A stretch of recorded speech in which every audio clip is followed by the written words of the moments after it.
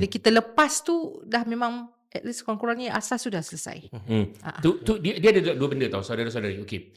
Satu saya nak cakap sikit, kalau kita mahu minta dihargai, mahu minta, kalau kita expect orang berterima kasih kepada kita, terima kasih kerana tolong, jangan buat benda ni. Betul.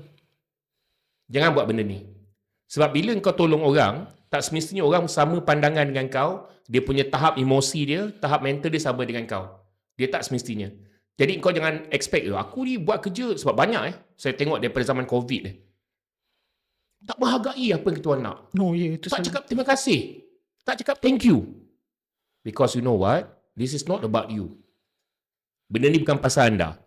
Bukan pasal anda punya perasaan. Kita jaga perasaan kita dengan okey, kata yang ni dah tak okey, kita dah boleh stop sebagai contoh kan.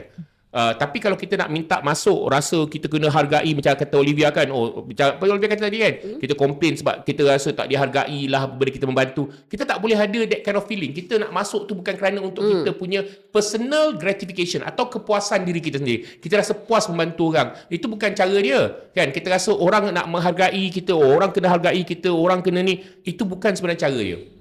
Kita tak masuk di situ kata, kau ni tak kenang budi lah. Kau ni apa benda ni, aku ni tolong kau ke apa benda kan. Sampai kalau kita rasa nak dihargai, kita jangan buat benda ni. Kalau kita rasa setiap kali orang nak berterima kasih, kita jangan buat benda ni. Betul.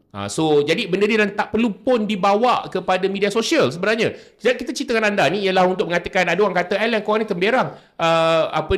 Contoh dia ada je orang yang susah, kenapa kau tak nak cerita? Sebab dia saudara-saudari, daripada 100 orang yang kau tolong, memang akan ada orang yang agak suka untuk ditolong kan.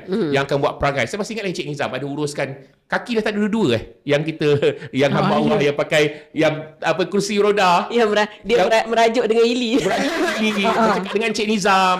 Sampai Cik Nizam terpaksa call landlord dia, betulkan kipas kan benda semua sekali kan. Merajuk saya dah tak boleh tahan lah. Saya terus terang, aku dah tak peduli dah. Kau lantak lah, kau nak buat apa Zam, kau buat lah. Aku dah tak boleh tahan. I hampir terlupa dia. So lepas tu sampaikan dia macam ni. Tapi kan kita sebenarnya benda macam ni kita tak nak cerita, kita tak nak bawa supaya kita kata daripada 100 orang, manusia ni tak perfect. Buat apa kita nak menjadikan kerana 100 orang, kita tak puas hati, orang tak cakap terima kasih and all that. Kita bawa benda tu, orang berpandangan, orang-orang seperti itu semua bermasalah. Tidak patut dibantu.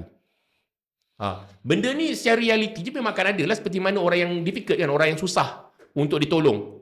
Saya sendiri pernah marah, saya tengking. Saya terus terang cakap. Kalau korang pergi tengok benda tu kan, pernah tengok saya tengking, saya tinggi suara kan, orang akan kalau nampak daripada perspektif tu, orang kata, ini melampau.